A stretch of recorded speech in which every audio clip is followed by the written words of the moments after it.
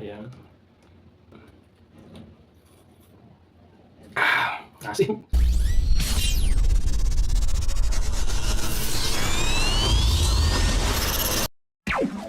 Mga ka-farmers, pamilyar ba kayo sa apple cider vinegar? Ito po, yan, nakita nyo yan. Yan po ay napakamahal kung bibilihin po natin yan, lalong-lalo na po sa online. Kaya ko po ginawang topic ito dahil napakaganda po ng naitutulong nito sa ating paghahayupan, lalong-lalo na po sa pagmamanukan, pagbababuyan, o anumang hayop na ating inaalagaan sa ating farm. Paano ba nakakatulong ang apple cider vinegar sa kalusugan ng ating mga alaga? Ito po mga ka-farmers ay hinahalo natin sa inumin nila o maging sa pagkain nila para po maging maganda ang digestive system ng ating mga alagang hayop. Nang sa ganon ay maganda po ang pag-digest o ang pagtunaw ng mga kinain nila. Nang sa ganon ay mas maganda ang absorption o ang pag-distribute ng mga nutrients na nanggagaling sa pagkain nila. Ang apple cider vinegar po mga kapatid ay nagpo-provide po yan o nagpapadami ng mga good bacteria sa gut o sa intestine ng ating mga alagang hayop para po labanan yung mga bad bacteria o yung mga mapaminsalang microorganisms na posibleng magsanhi ng pagkakasakit nila. Kaya po, sa regular na pagbibigay natin ng nasabing apple cider vinegar ay mapapadami natin yung mga good bacteria o yung mga beneficial bacteria sa gut o intestine nila. Nang sa ganon ay kumbaga may ranger doon o may mga tauhan doon na lalaban kung may papasok man na mga mapaminsalang bacteria o yung mga harmful bacteria ay hindi na nila hahayaang manatili yun doon sa gut ng ating mga alaga. Papatayin nila yon. Kaya po, napakaganda ang apple cider vinegar.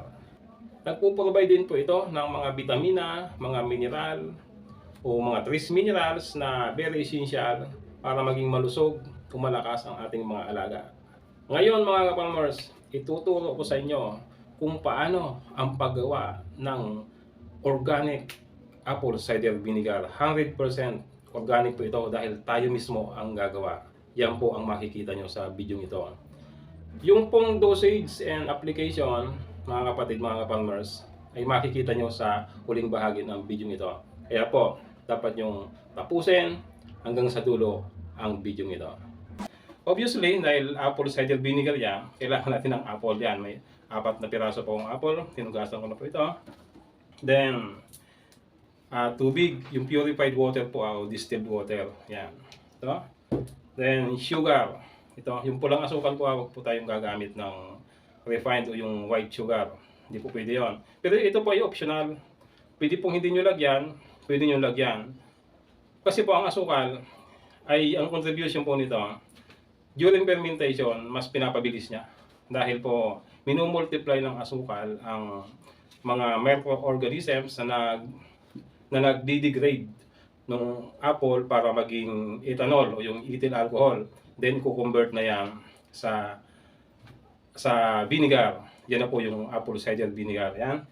Kung wala po ngayon asukal, pwede din. Pero meron naman ako dito, kaya lalagyan natin. Optional lang po ito. Then, of course, yung malinis na garapon, yung may wide opening po siya. Ha? Kasi dapat breathable po yan. O? Ibig sabihin, nakakahinga siya. Dahil hindi po pwedeng nakatakip ito. Kailangan makakahinga po siya during fermentation. Kaya po, kakailanganin natin itong tela na malinis na pangtakip natin dito. Yung rubber band na pangtatali natin. Okay? Yan lang po ang kailangan natin. Ulitin ko po. Siyempre, sabi ko nga, obviously, apple cider vinegar, kaya kailangan natin ng apple yan. May 4 na piraso ako. Sugar, yung brown sugar. Muscovado sugar, mas maganda po. Molasses, pwede din po yun. Then, purified water. At saka itong mga containers na ito. Okay, simulan na natin. Chachap na natin ito. Okay, chachap na natin. Ganito lang mga kapatid. I-chop lang po natin ito ng maninipis para po mas madali siyang ma-ferment. Yan, ganyan po kaninipis. Yan.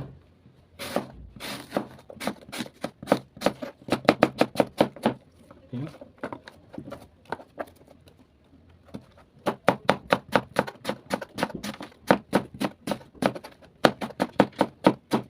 Mas manipis po, mas maganda.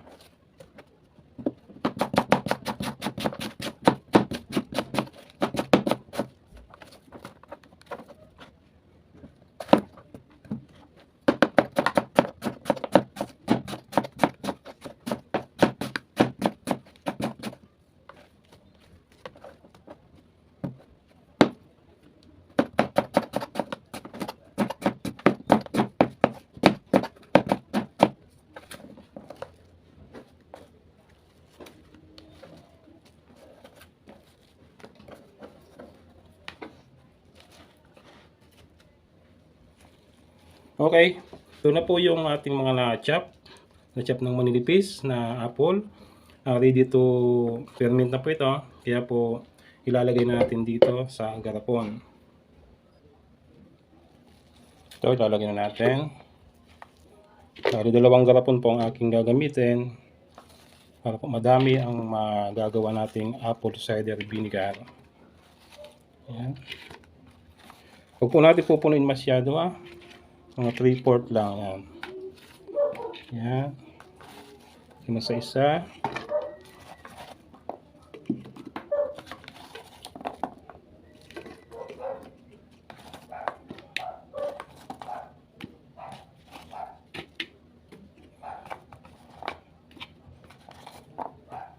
Okay, sakto. Na 3/4 lang sila. Upo natin kasi kailangan may allowance po yan. Then, ito, lalagyan na po natin ng asukal. Sabi ko optional to pwedeng wala, pwedeng meron. Lagyan natin ng mga 4 na kutsara. 2, 3, 4. Ito naman mga 3. 2, 3. Yan.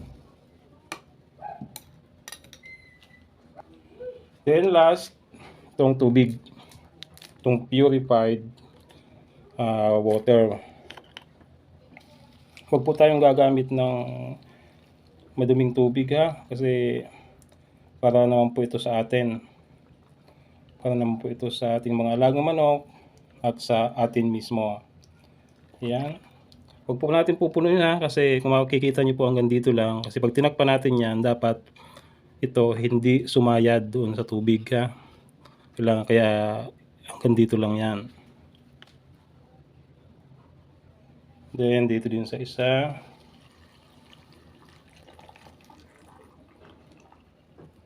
Ganun din, huwag natin pupunuin masyado.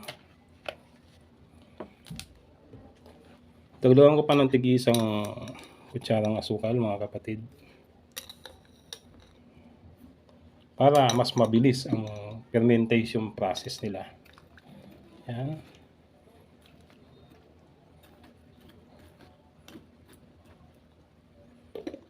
Yan, ganyan lang po kasimple ang paggawa ng apple cider vinegar. 3 ingredients lang po. Apple, then sugar and mineral water o distilled water. Yan. Then breathable po ito, nakakasingaw po ito kaya hindi po ito pwedeng takpan ng ganito Mag-i-explode po yan kasi nagki-create po ng gases yan. Sasabog po yan kaya kailangan makakahinga sila. Ang fermentation process naman ito ay aerobic process. Ibig sabihin inaalaw na may oxygen yung process niya, yung loob niya. Yan, then lagyan natin ng goma syempre para hindi pasukin ng mga insekto. Yan.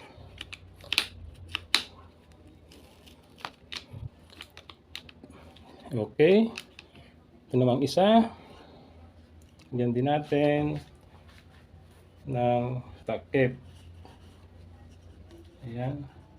Kuha tayong pang rubber band. Ayan.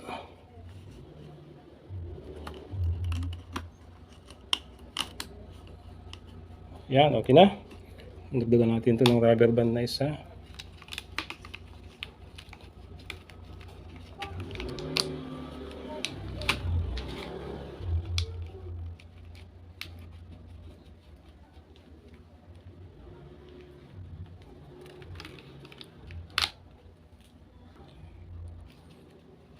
Ganyan lang po kasimple mga ka-farmers, mga kapatid, ang paggawa ng apple cider vinegar. Ngayon, ito po ay ilalagay natin sa isang madilim at malinis na lugar. Yung hindi po mapapasok ng daga kasi dadagain po ito dahil mabango po ito. Matamis at mabango kaya gustong-gusto po ng daga yan. Ilalagay po natin siya, kung may aparador kayo, basta yung safe na lugar, doon po natin ito ilalagay sa isang madilim at malinis na lugar. Hindi po sa naaarawan o direct sunlight. Hindi po ito magpa-process. Ngayon, ipiperment natin ito ng 2 to 4 weeks. Paabutin natin ng isang buwan mga ka-farmers para po napakaganda o magiging maganda ang kanyang resulta. Huwag po kayong mag-worry. Alam niyo po ba ang expiration ng apple cider vinegar? Actually, parang wala dahil hanggang 5 taon, good pa siya. Yung unang 1 taon, napakaganda po ng apple cider vinegar natin. Kaya po, itong akin ay kaunti na lang. Kaya nagpa-process na naman tayo. Okay? Ilagay natin sa cabinet.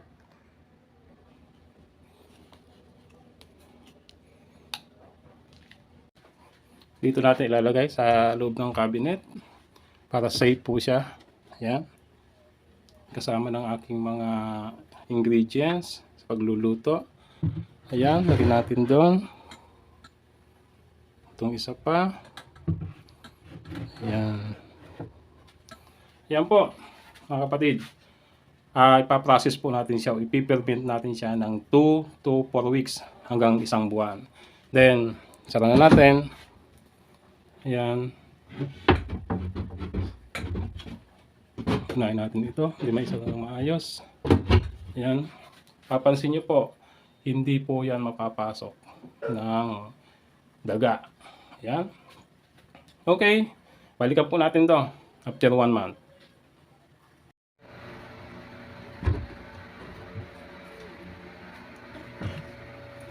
Ito na po yung pinerment kong apple, yung gagawin nating apple cider vinegar. Eksakto po 15 days na po ito, 2 weeks. Sabi ko nga ang fermentation nito ay 2 weeks to 1 month o 30 days. Ngayon po ay 15 days na, bibisitahin po natin. Titingnan natin kung ano ang naging development. Last April 27 ko kasi itong pinerment, then ngayon po ay May 12, yan. Kaya eksakto pong 15 days o 2 weeks, kaya po bibisitahin natin, titingnan natin.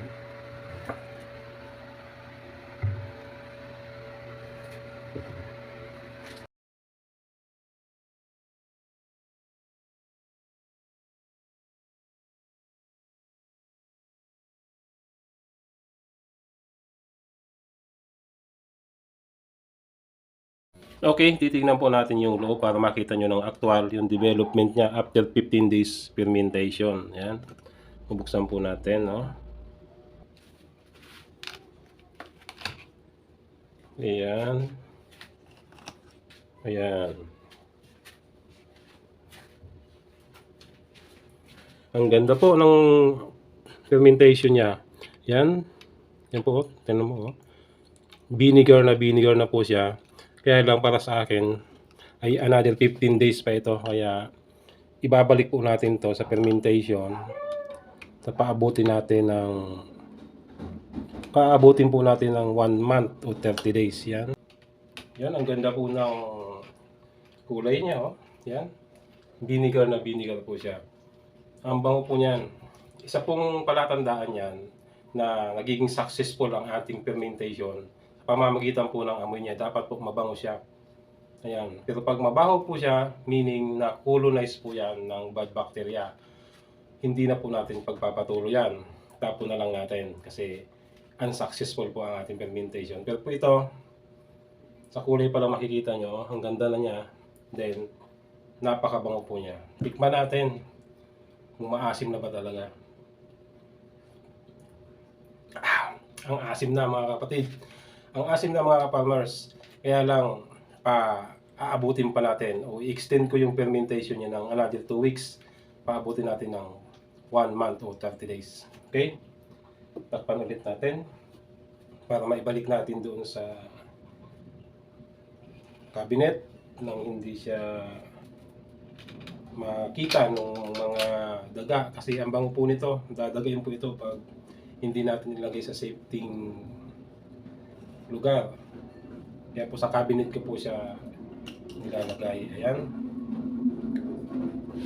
Po, lagay natin dito.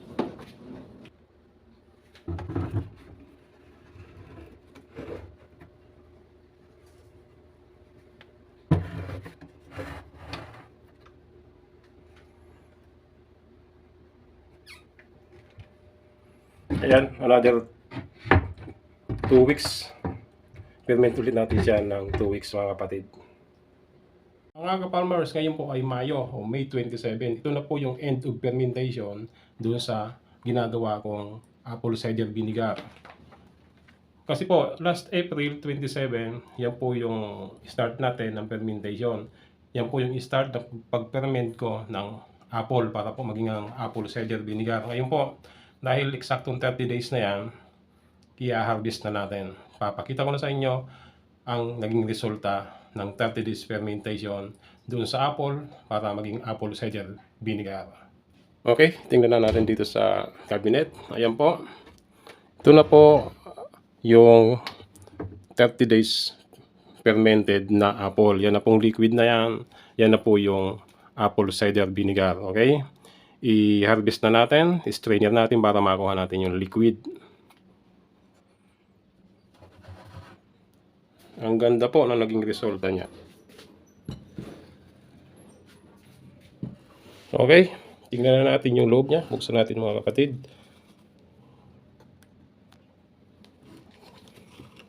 Ayan, ito na po ang fermented apple. Yan. Yan na pong liquid na yan. Yan na po ang apple cider vinegar.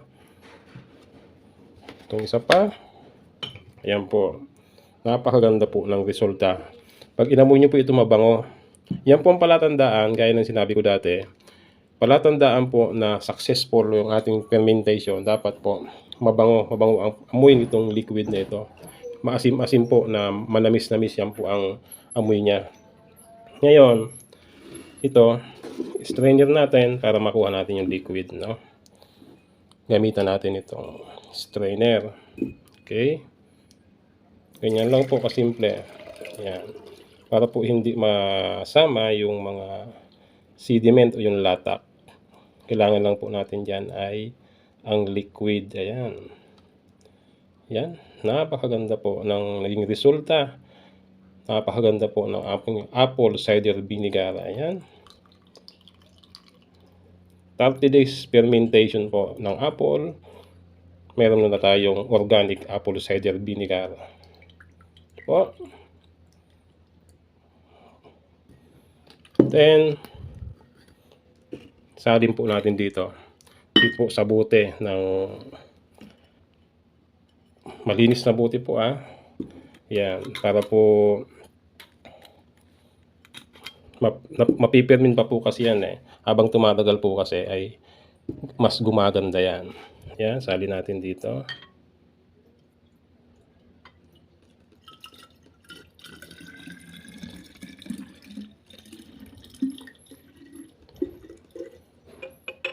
Ayan. Then, yung isa pa. Ito pong isa. I-strainer din natin. Ayan po, para po hindi madala, may isama itong mga latak na yan. Kailangan strainer po natin.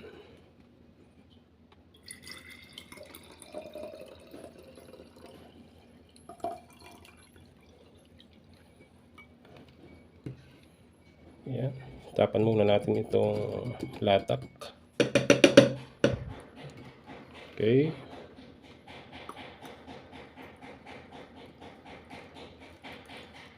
Ang dami po na nagawa natin apple cider vinegar, mga kapatid. Yung benefits po nito sa tao o sa hayop, sa mga alaga nating hayop, lalong-lalo po sa manok, ay napakaganda. Ayan. Wala tayong imbudo kaya mahirap isalin. Salin ulit natin dito.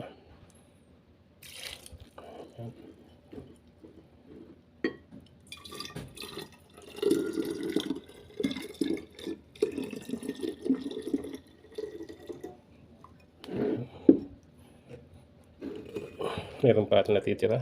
Ayan, ito pa.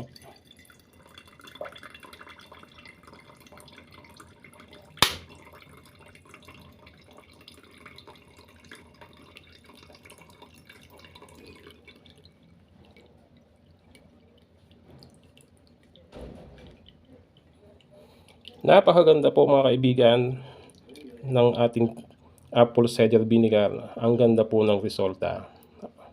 Sukang-suka siya, maasim na maasim at mabango. Yan po ang palatandaan na successful ang ating nagawang apple cider vinegar. Yan, salin natin. Isa-isa.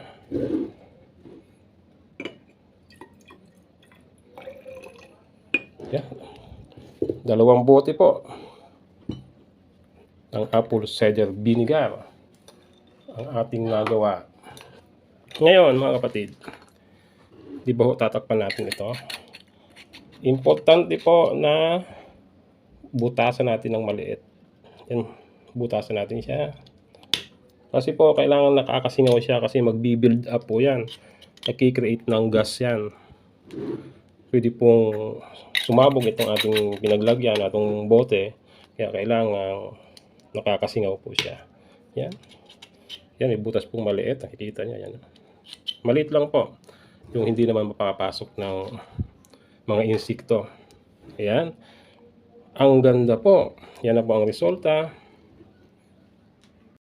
Sa wakas, natapos din yung 30 days na fermentation natin sa ating apple para po maging apple cider vinegar. Ito po, nakapag-produce siya ng 2 bote. Yan, ang ganda po ng kulay niya, no? Baka po magtaka kayo na yung nakikita natin na apple cider vinegar sa mga online, yung commercial ba, sa commercial, sa mga tindahan, sa mga groceries, ang kulay po niya ay mamula-mula. Ito po ay nakikita nyo ay parang madilaw siya, di ba? Habang tumatagal po ito, nagiging ganun po ang kulay. Kaya po, kasi po, on process pa rin ang fermentation nito. Kumbaga, yung mga microorganisms, yung mga beneficial microorganisms na nandito sa liquid na ito, sa solution na ito, ay continuous pa rin ang process niya sa fermentation. Kaya po, habang tumatagal yan, mag-iiba ang kulay niya, magiging mamula-mula siya. Ayan. Pero po, ang ganda po niya, oh. Ngayon, para po basaan ito? Gaya po na nasabi ko, ang apple cider vinegar po, kahit i-research nyo yan, ay napakaganda ng benefits niya sa kalusugan ng tao o maging sa hayop. Lalong-lalo na po sa manok. Ito po ay ginagamit ko sa aking poultry. Iinom ko po sa kanila ito. Nilalagay ko sa inumin nila. By the way, yung dosage para nito in application, makikita yung sa huling bahagi ng video ito. Ayan, 30 days po ang pinalipas natin. At last na tapos din siya. Ito, na-harvest na natin. Tikman natin ano. Ito nga po pala ay huwag niyong ilalagay sa plastic bottle tulad ng mga sa mineral. Masama po kasi yun. Ang mga plastic bottle ay hindi po yan nire-reuse. Hindi na po yan dapat ginagamit pa. Kaya po sa mga manginginom, humingi po kayo nito. Itong boteng ito at dito nyo ilagay. Butasan nyo lang po ng maliit para po sumisingaw siya. Kasi po nagbi-build up yung gases niyan. During fermentation, yung microorganisms ay lumilikha po yan ng gas. Kaya kailangan nakakasingaw siya. Okay, tikman natin ano. Asim po siya. Saka ang bango niya. Ayan o, pag inamoy nyo ang bango talaga niya. Yan, ito. Kita ko sa inyo. Ayan. Yan. Asim. Ang asim niya mga kaibigan. Kaya pag iniinom ko po ito ay nilalagay ko po siya sa tubig. Sa maligam-gam na tubig. Hinahalo ko po sa isang basong maligam-gam na tubig. Ito po. Yan. Ito po yung aking malaking baso. Maligam-gam na tubig. Every morning, iniinom ko po ito. Para po sa magandang kalusugan. Pamboost po ito ng immune system para po hindi tayo talaban ng mga sakit-sakit na yan. Ayan. Pang paganda ng ating digestive system, lalo ng ating bitukaw, ang ating intestine, para po magkaroon ng mga beneficial organism sa loob na tumutulong mag-digest ng ating mga kinain. Pag na-digest ng maayos yan, siyempre po, ma-distribute, matutunaw ng maayos, makukuha natin yung mga nutrients sa ating mga kinain. Ganon din po yan sa mga alaga nating hayop. Okay, sana po ay kayo ay namangha at nabigyan ko kayo ng simple ngunit napakahalagang idea para po sa ating kalusugan at sa ating paghahayupan, lalong-lalo na po sa pagmamanukan. Okay, my name is Jude Bubi Seriola ng AB Amazing Vlog. Thank you so much po sa inyong lahat. Maligayang paghahayupan po and God bless you all.